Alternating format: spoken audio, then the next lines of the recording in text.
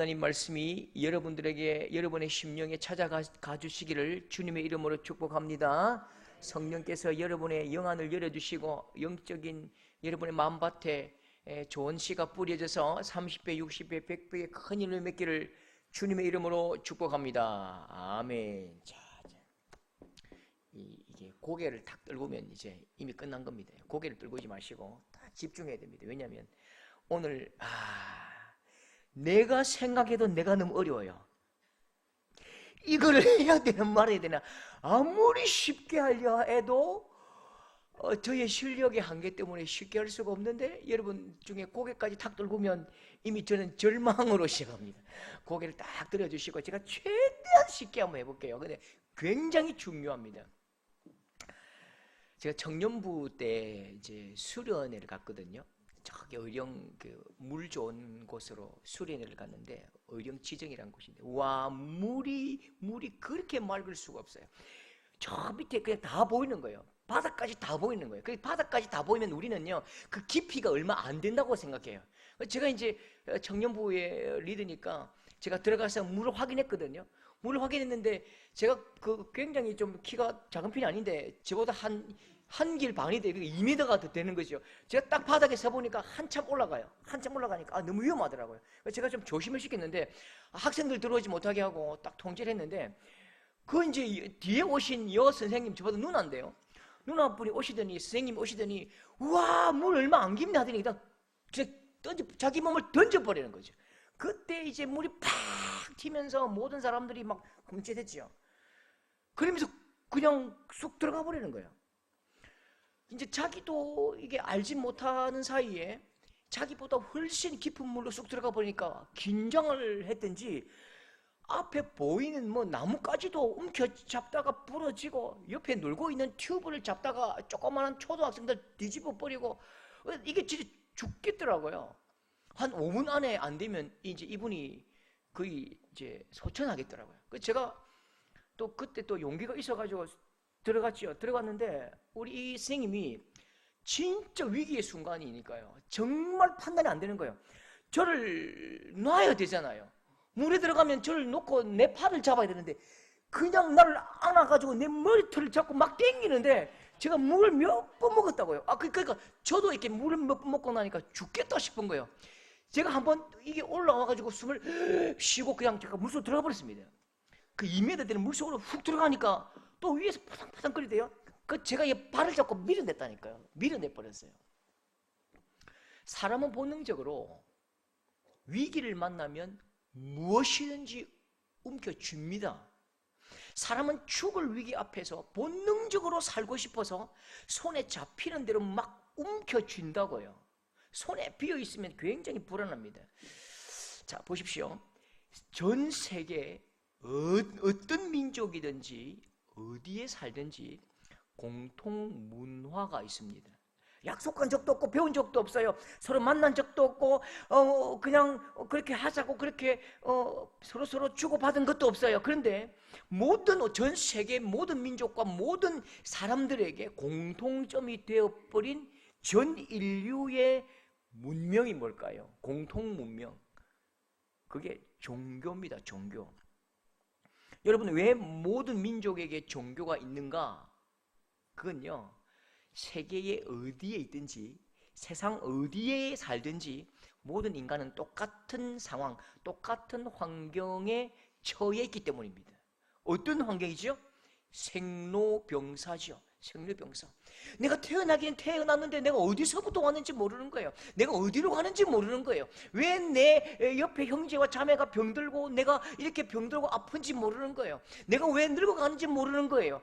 왜 내가 죽는지, 이 죽음 이후에 어떤 세계가 기다리고 있는지 어떤 것도 나에게 답을 주지 못하는 거죠. 얼마나 이게 고통인지요. 알지 못하는 길을 간다니까요. 내가 알지 못하는 곳에서 나서 알지 못하는 길로 가고 있고요. 그리고 날마다 내가 경험하는 이 사실, 이 현실은 너무너무 고통입니다. 내 목숨줄이 걸린 이 자연이 통제가 안 돼요. 전 세계적으로 내 목줄이 딱 자연에 묻어 사는데 이 자연이 통제가 안 되는데 한 번씩 막 넘쳐와 버리고 나를 침몰하는데요. 레위기 26장 19절 이 말씀이 우리 삶에 그대로 경험됩니다. 레위기 26장 19절 함께 합니다. 너희 땅을 니둑과 함께 하리니 너희 수고가 헛될지라. 땅은 그 산물을 내지 아니하고 땅의 나무는 그 열매를 맺지 아니하리라. 이 말씀이 그대로 되었다고요. 타락 이후에 땅이 저주를 받음으로 엉겅퀴를 내고 우리에게 소사를 주지 않습니다. 가뭄이 오고 홍수가 오고 한재와 추위와 더위와 지진과 쓰나미와 아무리 열매를 거두려 해도 그게 내 뜻대로 되지 않는다고요. 거대한 자연의 공포 앞에서 하루아침에 그냥 다 쓰러져 가버리고 날아가 버리는 거죠. 여러분, 이건 아시아에 살든지 아프리카에 살든지 아메리카에 살든지 북극에 살든지 남극에 살든지 모든 인간이 겪는 공통 문제입니다. 그래서 사람은 이 지독한 위험 속에서 움켜쥐기 시작합니다. 사람이 움켜쥔 것을 보십시오. 원인도 이유도 알 수 없는 이 생로병사의 지독한 이 위험 앞에서 나에게 자유를 주고 안전을 주고 평안을 줄 절대자가 없는가? 이 지독한 의문을 나에게 가르쳐주고 알려줄 절대적인 창조자가 어디 있지 않을까? 이렇게 무서운 자연을 만들고 통제하는 최초의 창조자가 어딘가는 있지 않을까? 그래서 모든 민족, 모든 사람들이 신을 찾아요. 모든 사람들이 어디에 있든지 그들은 신을 찾는다고요. 신을 찾고 믿을 수밖에 없지요. 혼자 살 수 없기 때문에 막 움켜잡는데 그게 신이지요. 모든 민족, 모든 사람들은 신을 움켜쥡니다. 그게 종교입니다. 종교. 그래서 전 세계 각각의 모든 민족이 자기의 상상에 따라 종교를 만들기 때문에 이름도 다르고 모양도 다르고 종교적 형식도 다른 것입니다. 그런데 그 신에게 원하는 것은 딱 한 가지죠. 이 고통당하는 이 문제에서 좀 해결해 달라는 거죠. 이 지독한 문제를 좀 알려달라고요. 어디로 가야 되는지, 내가 무엇인지 좀 알려주시고 내가 죽어서라도 이 지독한 고통을 당하지 않도록 좀 살려달라고 그렇게 간절히 비는 것입니다. 여러분, 한번 다시 정리해 볼까요? 종교가 뭐라고요? 종교는 인간이 가진 지독한 고통의 문제를 해결하기 위해서 절대자를 상상하고 가정하고 찾는 인간이 가진 절박한 행위를 말하는 것입니다. 자, 그러면요, 절대적인 그 신의 이름을 내가 상상하고 내가 만들고 내가 움켜쥐고 내가 부르고 내가 찾으면 그 신이 응답을 해야지요. 그런데 그 신이 나에게 응답하지 않는 것입니다. 이 지독한 고통에서 해방시켜주지 않는 것입니다. 여전히 나는 고통스럽고 여전히 나는 의문스럽고 알 길이 없는 거지요. 시편 115편 4절. 여러분, 이게 우리가 종교를 믿는 모든 사람들이 그냥 날마다 경험하는 좌절이라고요. 이 모습 그대로 우리는 실현되고 현장을 목격한다고요. 함께 읽어볼까요? 그들의 우상들은 입이 있어도 말하지 못하고 눈이 있어도 보지 못하고 귀가 있어도 듣지 못하고 코가 있어도 냄새 맡지 못하고 손이 있어도 만지지 못하고 발이 있어도 걷지 못하며 목구멍이 있어도 작은 소리조차 내지 못하느니라. 예, 사람이 상상한 모든 신들은 이 모양 이 꼴입니다. 사람보다도 더 못난 걸 믿고 의지한다고요. 아무리 불러도 대답하지 않는다고요. 원래 그건 절대자가 아니고 그건 원래 신이 아니기 때문에 그냥 그건 피조물이기 때문에 아무리 불러도 나무와 돌이, 별이, 달이 우리에게 무슨 기도의 응답을 주겠습니까? 아무것도 아닌 거예요. 그러니까 더 괴롭지요. 근데 여러분, 이게 사람이 참 희한합니다. 이쯤 되면요, 이게 아니구나. 이게 우리가 헛된 것을 잘못 믿고 있구나. 돌아와야지요. 빨리 돌아서야지요. 근데 사람은 참 연약합니다. 절대로 그렇게 하지 않아요. 헛된 종교를 믿고 있는 자들이 돌아오는 경우는 거의 없습니다. 아무리 소리쳐도 응답하지 아니하고 아무리 외쳐도 아무리 기도해도 한 번도 응답해 주지 않은 그 우상에게, 그 신들에게 사람은 어떤 마음으로, 어떤 행동으로 다시 나아갑니까? 열왕기상 18장 28절에 엘리야가 850명과의 싸움에서 우상을 섬기는 자들이 아무리 불러도 응답하지 않을 때에 그들이 어떻게 하는지, 이 땅의 모든 종교를 가진 종교꾼들이 어떻게 하는지 정확하게 보여줍니다. 열왕기상 18장 28절, 신이 응답하지 않을 때 사람들은 어떤 마음을 가진다고요? 이에, 함께합니다. 이에 그들이 더 큰 소리로 부르고 그들의 귀를 따라 이까지 칼과 창으로 그들의 몸을 상하게 하더라. 더 큰 소리로 부르고 칼과 창으로 몸을 막 상하게 하는 것입니다. 바알과 아세라 선지자들이 하루 종일 펄쩍펄쩍 뛰면서 기도해도 응답하지 않거든요. 원래 그건 응답하지 않는 우상일 뿐입니다. 그런데 이건 우상이구나, 돌이켜야지, 하나님을 믿어야지, 절대 그런 일은 없는 거예요. 이 종교에 중독된 자들은 내가 믿는 신이 응답하지 않을 때요, 자기 몸을 칼로 베고 자기를 학대합니다. 이 모습이 응답하지 않는 신을 대하는 인생의 우둔함과 우매함이지요. 여러분, 종교에 중독된 인간들은 이렇게 믿습니다. 내가 섬기는 신은 분명히 전능해. 내가 믿는 이 신은 분명히 전능한데 내가 부족해서, 내 정성이 부족해서, 내 성의가 부족해서, 내가 성의가 부족하고 내 정성이 부족해서 이 우리 신이 섭섭해서 화가 나서 응답하지 않는다고, 그렇게 또 더 깊이 빠져든다고요. 그러니까 더 광적으로 믿고 더 무리하고 더 무리해서 바칩니다. 헌신하지 못한 내 잘못이고 더 바치지 못한 내 잘못이라고 내 가슴을 치고 내 마음을 치고 내 몸을 친다고요. 나를 고립시키고 나를 더 학대하면서 더 모질게 나를 몰아붙입니다. 끝까지 나를 몰아붙입니다. 몰아붙이다가 여러분, 이 땅의 종교의 마지막이 뭘까요? 우상을 섬기는 마지막 헌신, 여러분, 인신공양이라고 들어보셨습니까? 제가 다른 종교를 비판할 마음은 없는데요, 인신공양을 하는 저 행동, 우리나라에 있는 다른 종교, 큰 종교에도 최근에 인신공양을 하셨다면서 절과 함께 이렇게 불에 이렇게 타서 소신하셨는데, 여러분, 이건 종교의 악입니다. 오대양 사건을 우리 20대, 30대는 기억하지 못하지요.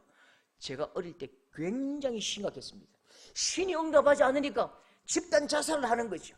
집단 자살을 함으로 우리가 빨리 이 육신에서 벗어나서 우리가 다시 생명으로 태어날 수 있다고 그렇게 믿고 집단 자살을 하고 인신공양을 하고 자식을 바치고, 이게 가장 큰 악인 것입니다.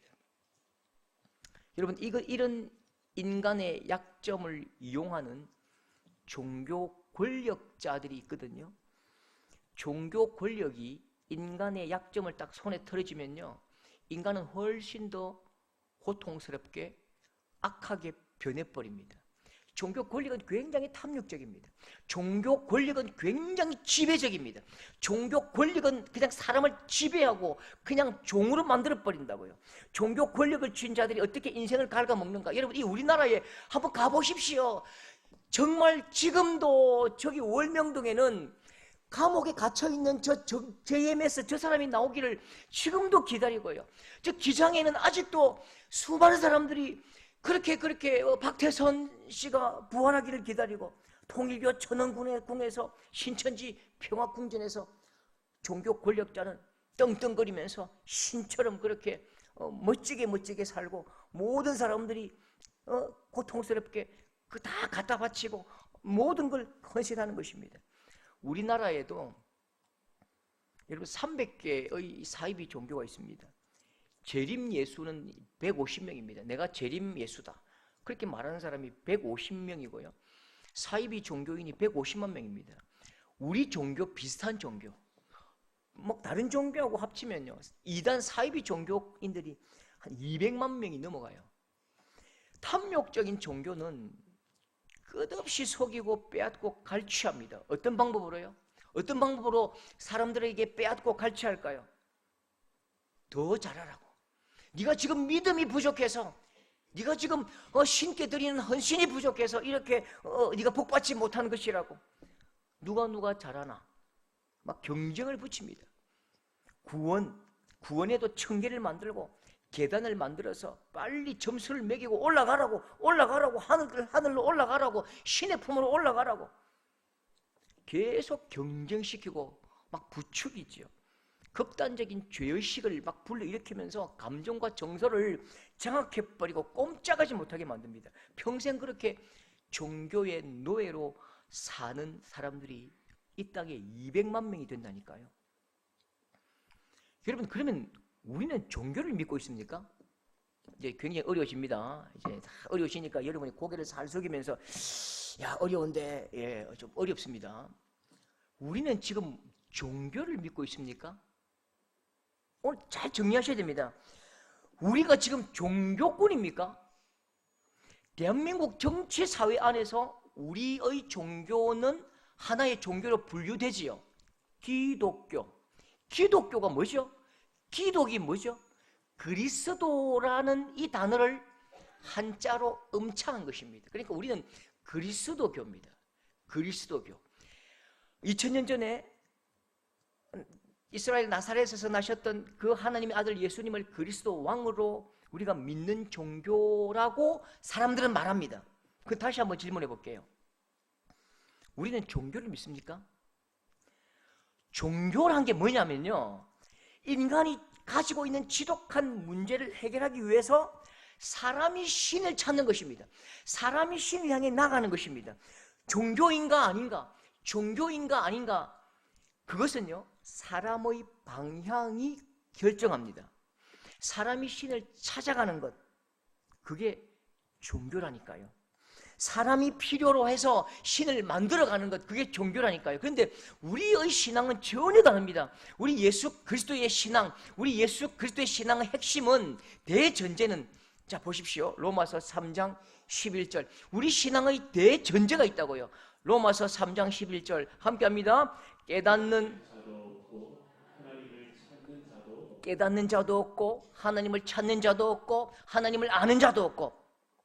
고린도전서 1장 21절 함께 합니다. 세상이 자기 지혜로 하나님을 알지 못함으로. 자, 질문해 볼게요.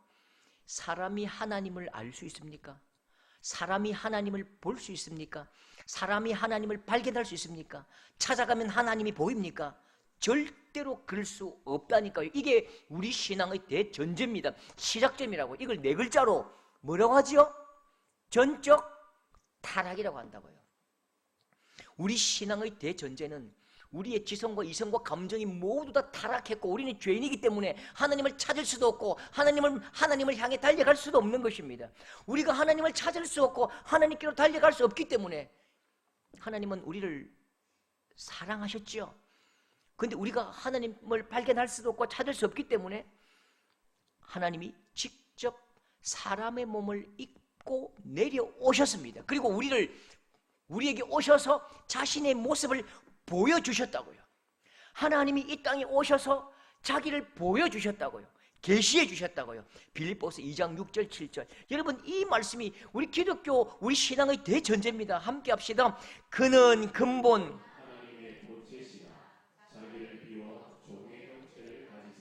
사람들과 같이 되셨고에 근본 하나님의 본체이시지만 사람의 몸을 입고 이 땅 가운데 오셔서 하나님의 아들 예수 그리스도께서 자신의 모습을 보여주시고 하나님의 구원 사역의 그 거대한 역사를 우리에게 알려주셨다고요.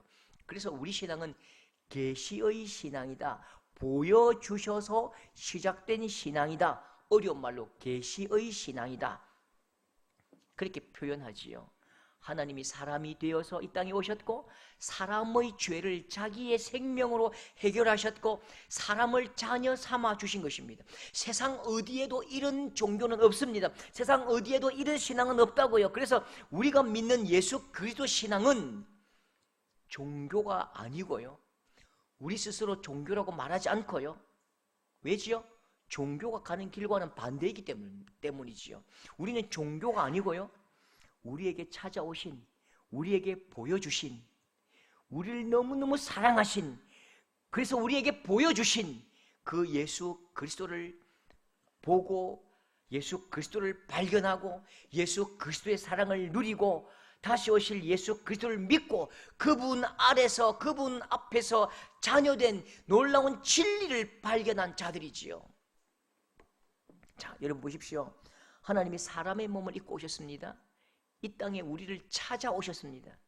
예수님이 하늘 보좌를 버리시고 저와 여러분을 찾아 이 땅에 오셔서 보여주셨다고요. 근데 보여주시고 하신 일이 뭐죠?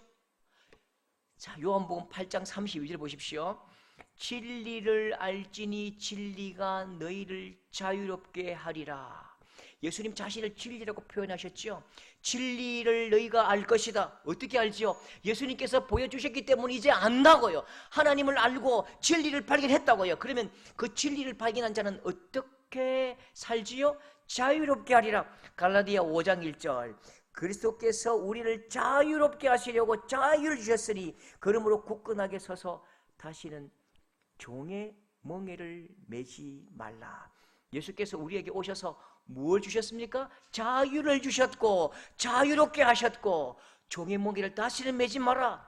누가복음 4장 18절 함께 합시다. 나를 보내사 포로된 자유에게 자유를, 눈먼 자에게 다시 보게 함을 전파하며 눌린 자를 자유롭게 하고. 자, 예수님께서 우리에게 주신 게 뭐라고요? 두 글자로 자유지요.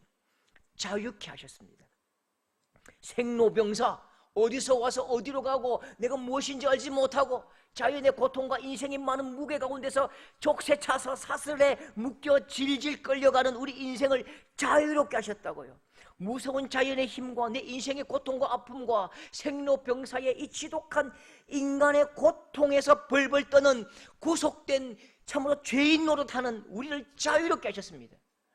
이게 예수님께서 우리에게 하신 일이라고요.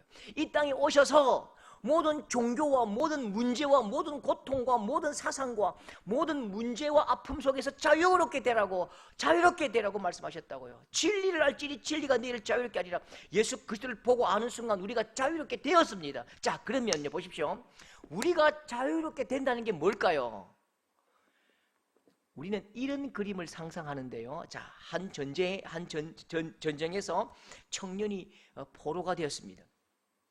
마음 착한 장교가 이 수갑을 찬 그 수갑 사슬을 보성줄을 딱 끊어주면서 자, 내가 너에게 자유를 줄 테니까 집으로 돌아가라 보내줬습니다. 그러면 이게 진짜 자유를 준 겁니까? 아닙니다. 이건 자유를 준 게 아니고 그냥 포로를 석방한 것입니다. 왜요? 돌아가면 또 징집되는데요. 돌아가면 또 징집되고 또 전쟁으로 나와야 되고, 돌아가서 내가 적들과 안 싸우면 아내와 싸우고 옆집과 싸우고 또 다른 수많은 고통 속에서 싸워야 되는데요. 이건 그냥 포로를 석방한 거죠. 이게 여러분 예수님께서 우리에게 주신 자유가 아닙니다. 우리에게 주신 자유는 여러분 이 모습입니다. 한번 보십시오. 이게 진짜 우리에게 주신 자유의 모습입니다. 히브리서 2장 8절 말씀, 만물을 그 발 아래 복종하게 하셨느니라. 그림 보십시오. 만물을 그 발 아래 복종하게 하셨느니라. 자, 예수님께서 그림 다시 보십시오. 지금 우리 인생의 생로병사, 고통과 죽음과 아픔의 세력을 발로 밟으셨습니다. 자연의 고통과 이 모든 것들을 발로 밟으시고 만물을 그 발 아래 복종하셨고 만유의 왕으로 등극하셨습니다. 그리고 온 모든 만유 위에 왕으로 서셨다고요. 그리고요 우리에게 자유하라 그거 아닙니다. 너희를 내가 아들로 삼겠다고요. 내가 너희를 자녀 삼겠다고요. 예수 왕께서 만물 인생의 고통과 심각한 어둠과 모든 근본적인 문제를 발로 딱 밟으신 후에 내가 모든 세상의 만유의 왕이다, 내가 만물을 이겼다고 말씀하시고 우리에게 내가 너를 아들, 딸 삼을게, 아들, 딸로 삼아주셨다고요. 이게 존재의 자유, 신분의 자유입니다. 갈라디아 4장 6절, 여러분 이게 다른 문제지요. 보십시오. 함께 합시다. 시작. 너희가 아들이므로 아빠 아버지라 부르게 하셨느니라. 아들이면 하나님으로 말미암아 유업을 받은 자니라. 여러분 존재의 자유, 신분의 자유입니다. 하나님을 아빠 아버지라 부르면서 벌벌 떠는 게 아니고 하나님을 아빠 아버지라 부르면서 뭐 했다고요? 뭘 받았다고요? 하나님 나라의 유업을 받았다. 하나님 나라를 상속받았다. 예수 그리스도께서 하나님의 나라의 장자된 것 같이 우리가 하나님 나라의 장자의 직분을 우리에게 주신 것입니다. 이게 존재의 자유, 신분의 자유. 여러분, 이게 진짜 복음이라고요. 우리가 하나님의 자녀가 되었습니다. 우리가 하나님 나라의 상속자가 되었습니다. 지금까지 우리를 괴롭히던 모든 자연, 만물, 죽음, 고통, 그 질병보다 우리가 큰 사람이 되었다고요. 옛날에는 질병과 죽음과 고통 아래에서 짓밟혀서 자유하지 못하고 고통당하는 짓밟힌 인생으로 그렇게 살면서 종교를 움켜잡았는데, 우리가 예수님을 믿는 순간 예수님께서 우리를 자녀 삼으심으로 우리가 당했던, 지금까지 당했던 모든 고통과 아픔과 수고와 나약함과 질병과 이 모든 것들 위에 함께 짓밟은 자, 왕의 직분을 우리가 가졌다니까요. 이게 예수 안에 있는 자유입니다. 제가 종종 이제 우리 이슬람에 있는 친구 선교사 소개를 하거든요. 제가 이 간증이 얼마나 중요한 간증인지요. 제가 갈 때마다, 내가 어디 집회 갈 때마다 이 간증 제가 1000번 번 할 겁니다. 또 합니다. 저도 굉장히 큰 충격을 받았던 이 간증이었습니다. 세상에 목사가요, 선교사가 이슬람 교도와의 대화 속에서 진짜 복음을 들었다고 하니까요, 얼마나 큰 충격입니까?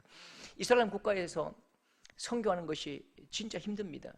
그래도 몇 년을 지나면서 이슬람을 믿는 친구가 생겼습니다. 소개를 했죠. 소개하면서 자신의 마음을 터놓고 이야기하게 됐습니다. 근데 이슬람 그 알라 신을 믿는 그 친구가요, 우리 선교사를 불러가지고 진짜 진지하게 이야기하더랍니다. 정말 진지하게. 나는 너를 진짜 좋아한다, 친구야. 한국 친구야. 나는 너를 진짜 좋아해. 그런데 나는 네가 말하는 그 기독교 신앙, 예수 신앙을 절대로 이해할 수 없어. 어떻게 너희가 믿는 그 신을 아빠라고 부를 수가 있냐? 만약에 우리가 믿는 그 알라 신을 아버지라고 부르면 우리는 돌로 쳐 죽여버린다. 왜냐? 위대한 신은 인간과 그런 관계를 맺지 않는다. 오직 알라는 우리의 찬양과 경배를 받을 뿐이지, 너희가 믿는 그 신을 어떻게 해서 아버지라고, 아빠라고 인격적인 관계를 맺는다고? 그게 말이 되냐? 그게 말이 된다고 생각하냐? 이렇게 항의를 받는 순간 제 친구 선교사님이 무릎을 탁 친 거죠. 하나님이 이 땅에 오셔서 사람의 몸을 입으시고 하나님께서 우리를 자녀 삼으시고 우리를 아빠 아버지라 부르게 하신 이 놀라운, 이 세상에 둘도 없는 이 자유와 이 인격적 관계와 이 사랑은 세상 누구도 알 수 없구나, 세상 어디에도 없구나. 그분의 간증을 통해서, 그 물음을 통해서 복음이 무엇인지를 깨닫게 되었대요. 여러분, 우리의 자유는요, 포로 석방이 아닙니다. 우리의 자유는 포로 석방이 아닙니다. 포로에 석방됐다면 또 계속 싸워야 할 것이 있고 고통 가운데 있겠지요. 여러분, 우리의 자유는요, 하나님께서 우리에게 예수 그리스도의 지위를 물려주신 것입니다. 예수 그리스도께서 만물을 발로 밟으시고 통치하시듯이 내 앞에 우뚝 선 고통, 고난, 생로병사와 죽음과 모든 자연 위에 나를 우뚝 세우신 것입니다. 내가 하나님 나라의 상속자가 되므로 그 모든 고통에서 완전한 자유를 얻은 것입니다. 여러분을 고통스럽게 만드는, 좌절시키는 어떤 말들에 대해서 당당하십시오. 내가 그 고통보다 큰 사람입니다. 혹시 암에 걸렸습니까? 당당하십시오. 우리가 암보다도 큰 사람들입니다. 내가 혹시 죽을 고통 가운데 있습니까? 염려하지 마십시오. 내가 죽음의 권세보다 훨씬 더 큰 사람입니다. 자연의 고통과 가난의 고통 가운데 여러분 힘드십니까? 걱정하지 마십시오. 우리가 가난의 고통보다 훨씬 더 큰 사람인 것입니다. 여러분, 예수 그리스도의 대선을 보십시오. 우리 모든 성도들에게 진실로 너희들이 어떤 사람인가, 너희들이 곧 당하는 고통과 아픔 가운데 너희가 어떤 모양으로 살아야 할 것인가, 예수님께서 간절하게 말씀하신, 여러분 이 한 말씀 기억합시다. 요한복음 16장 33절 우리 함께 읽겠습니다. 너희로 내 안에서 평안을 누리게 하려 함이라. 세상에서는 너희가 환난을 당하나 담대하라. 내가 세상을 이겼노라. 내가 온 우주를 이겼노라. 내가 너희의 만물의 그 고통을 이겼노라. 담대하라. 평안하라. 여러분, 어떤 일도 어떤 문제도 우리 위에 있는 문제는 없습니다. 어떤 고통도 어떤 아픔도 우리 위에서 우리를 찍어 누를 그런 고통과 그런 아픔의 문제는 없습니다. 예수 그리스도께서 승리하심으로 모든 만물, 모든 문제는 우리 밑바닥에 있는 것입니다. 어떤 일 때문에라도 여러분 좌절하지 마시고 날마다 당당하게 승리하시는 여러분 될 수 있기를 주님의 이름으로 축복합니다. 자, 오늘 말씀에 보면요, 이 종교의 감옥에 갇힌 사람들이 예수님을 찾아옵니다. 1절 보시면요, 바리새인들과 또 서기관 중 몇이 예루살렘에서 와서, 종교인들은 굉장히 열심입니다. 저도 신천지 분들하고 한 30분 만났는데, 이야, 진짜 제가 따라가지를 못합니다. 따라가지를 못해요. 제가 불교 스님하고 테니스 치면서, 스님, 우리는 매 새벽 기도 때문에 5시에 일어납니다. 목사님, 저는 새벽 3시에 불공드립니다. 죄송합니다. 어떤 다른 종교인들은 얼마나 열심인지 모릅니다. 오늘도 이 종교를 가진 분들은요, 엄청나게 열심입니다. 예루살렘에서 갈릴리까지 150km를 7일 동안 걸어왔습니다. 종교인들은 눈도 예리해요. 엄청나게 예리하게 바라봅니다. 제가 국민학교 다닐 때, 초등학교지요, 1년에 2번씩 보건소에서 용의검사가 왔습니다.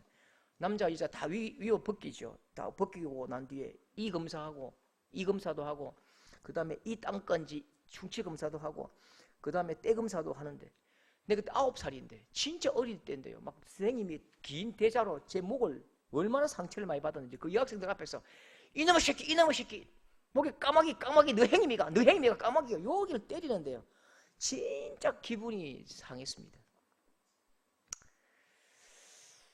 근데 또 그뿐이죠. 집에 가면 또 안 씻죠. 씻는 게 너무 싫지요.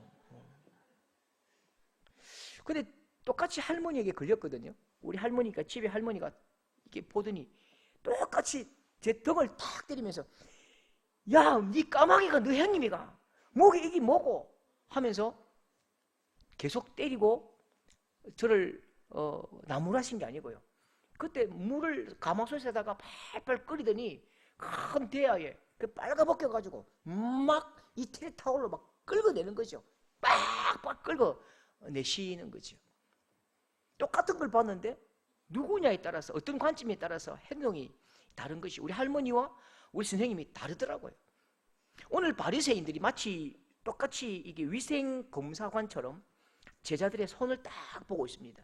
딱 걸렸습니다. 딱 잡았죠. 2절에 그의 제자 중 몇 사람이 부정한 손, 곧 씻지 않은 손으로 떡 먹는 것을 보았더라. 손 씻는 전통은 좋은 거지요. 밥 먹을 때 손 씻어야지요. 왜요? 사람을 위해서, 사람의 건강을 위해서 손 씻어야지요. 하나님이 우리에게 주신 모든 율법, 하나님이 주신 모든 계명은 우리를 살리기 위해서 주신 것입니다. 우리에게 굉장히 유익해요. 여러분, 이 성경은 우리에게 굉장히 유익하다니까요. 우리를 살리는 말씀이지요. 그런데 여기에 하나님의 말씀은 온데간데 없고, 하나님의 마음은 온데간데 없고, 여기에 인간의 종교성이 더해지고 인간의 공적이 더해지고 전통이 더해지면요, 사람을 살리려고 주신 이 말씀이 사람을 괴롭히고 사람을 고통스럽게 하고 사람을 죽이는 말씀이 되는 것입니다. 손 안 씻고 먹으면 하나님 나라에 못 가, 안 씻으면 지옥 가. 그 너의 말이잖아요. 하나님의 말씀은 그게 아니라고요. 손 씻어야 네가 건강하게 살 수 있어. 좋은 하나님 말씀을 종교의 잣대로 해석해 버리니까요, 이 말씀이 사람을 죽이는 말씀이 되는 거지요. 여러분, 종교 폭력을 보십시오. 5절에 바리새인들과 서기관들이 예수께 묻되 어찌하여 당신의 제자들은 장로의 전통을 준행하지 아니하고 부정한 손으로 떡을 먹나이까? 여러분, 이렇게 말하는 이유가 뭘까요? 나는 씻었거든요. 나는 씻었거든. 나는 씻었는데 너는 왜 안 씻어? 나는 이렇게 했는데 당신은 왜 안 해? 하나님의 마음은 없는 거예요. 늘 자기 공적과 비교를 하지요. 자기 자랑이지요. 나는 이만큼 했는데 왜 당신은 그렇게 부족해? 이게 진짜 종교의 악한 모습입니다. 자, 잘 보십시오. 다시 한번 읽어볼게요. 그의 제자 중 몇 사람이 부정한 손 곧 씻지 아니한 손으로 그의 제자 중 몇 명이 안 씻었습니다. 바리새인들은 예수님이 손 안 씻었다고 항의하지 않았지요. 아마 예수님은 손을 씻으셨던 것 같습니다. 손 씻으신 예수님은 손 안 씻은 서너 명의 제자들을 혼내지 않으셨다고요. 손 씻지 않은 그 제자들을 받아주셨습니다. 아이고, 얼마나 네가 배가 고팠으면, 얼마나 네가 배가 고팠으면, 얼마나 네가 허기졌으면 손 씻어야 하는 율법보다 그 전통보다도 네가 얼마나 배고픔이 크면 그 손을 씻지 않았을까? 여러분, 그게 인생의 연약함이지요. 그게 우리 한계라고요. 아무리 좋은 말도요, 내가 배가 고프고 너무너무 가난하고 고통스러우면 지킬 수가 없는 거지요. 그게 우리의 아픔입니다. 그런데 종교꾼들은 항상 했냐 안 했나 그것만 본다고요. 그러면서 했냐 안 했냐 딱 잣대질하고 평가하지요. 예수님은 이 종교꾼들이 뿌리친 그 손을 잡아주셨습니다. 제자들은 주님 앞에 여전히 부정했고 모자라고 흠이 많지만 예수님은 있는 모습 그대로 받아주셨다고요. 어떻게 해요? 언제까지요? 요한복음 14장 4절 5절 예수님은 씻지 않는 그 모든 거 다 닦아주셨습니다. 수건을 가져다가 함께합니다. 수건을 가져다가 허리에 두르시고 이에 대야에 물을 떠서 제자들의 발을 씻으시고 그 두르신 수건으로 닦기를 시작하여 종교꾼들은 더러우니까 씻고 와. 더러우니까 씻고 와. 안 씻으면 못 와. 근데 예수님은요, 더러우니까 내게로 와. 수고하고 무거운 짐진 자들아 다 내게로 오라. 다 내게로 와. 다 내게 와. 더러운 그대로 와. 내가 씻겨줄게. 여러분들 그게 복음입니다. 종교와 전혀 다른 이 복음은요, 사람을 형태로 판단하지 않는다고요. 있는 모습 그대로 받아주시고 씻어주십니다. 여러분, 불신자들에게 제가 이렇게 교회 신앙생활을 하자고 권할 때가 있는데요, 항상 똑같이 그렇게 이야기하더라고요. 불신자들이 저에게 이야기할 때에 목사님, 담배 끊으면 갈게요. 술 끊으면 나갈게요. 나쁜 짓 끊으면 나갈게요. 근데 왜 사람들은 예수님께로 올 때에 깨끗하게 나와야 된다고 생각하지요? 누가 그렇게 가르쳤습니까? 예수님께서 그렇게 가르치셨습니까? 여러분, 언제 사람이 깨끗할 수 있습니까? 사람이 죽은 후에 염을 가장 깨끗하대요. 그러면 죽고 나서 나올 겁니까? 왜 깨끗해야 나올 수 있다고 믿게 되었을까? 그게 불신자 잘못일까요?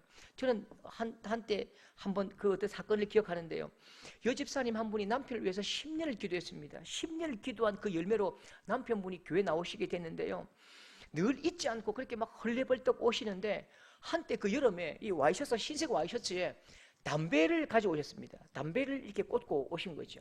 근데 안내하시는 그 한 50년 예수 믿으셨던 그 안내하신 분이요, 그분에게 거룩한 성전에 담배를 꽂고 오고 날리고 그게 신앙인이 할 짓이가, 그렇게 막 퍼부어버린 거죠.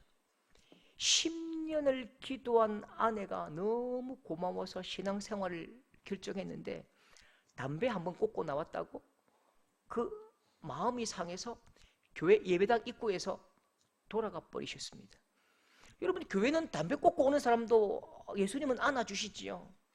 예수님 품에 안기면, 예수님 믿으면, 예수님 믿는 그 맛이 너무 좋아서 술, 담배는 생각도 안 나는 것입니다. 예수님 맛이 너무 좋아서 세상 즐거움은 아무것도 아닌 것, 여러분, 그게 복음의 참맛이라고요. 여러분, 하나님 말씀은 하나님을 위해서, 이 하나님 말씀은 하나님을 위해 주신 것이 아니고요, 사람을 위해서 주신 말씀입니다. 사람을 괴롭히려고 주신 말씀이 아니고요, 사람을 살리려고, 사람이 행복하라고, 사람이 좀 웃으라고 주신 말씀이지요. 여러분, 말씀은 절대로 정죄하고 사람을 판단하는 도구가 아닙니다. 모든 말씀은 사람을 사랑하고 사람을 복되게 하고 사람을 웃게 하는데 이 말씀을 사용해야지요. 그런데 이 말씀을 가지고 자꾸 사람에게 고통을 주고 사람에게 아픔을 주고 사람에게 길을 꺾는 데 쓴다면요, 이 말씀에 하나님 마음이 사라진 것입니다.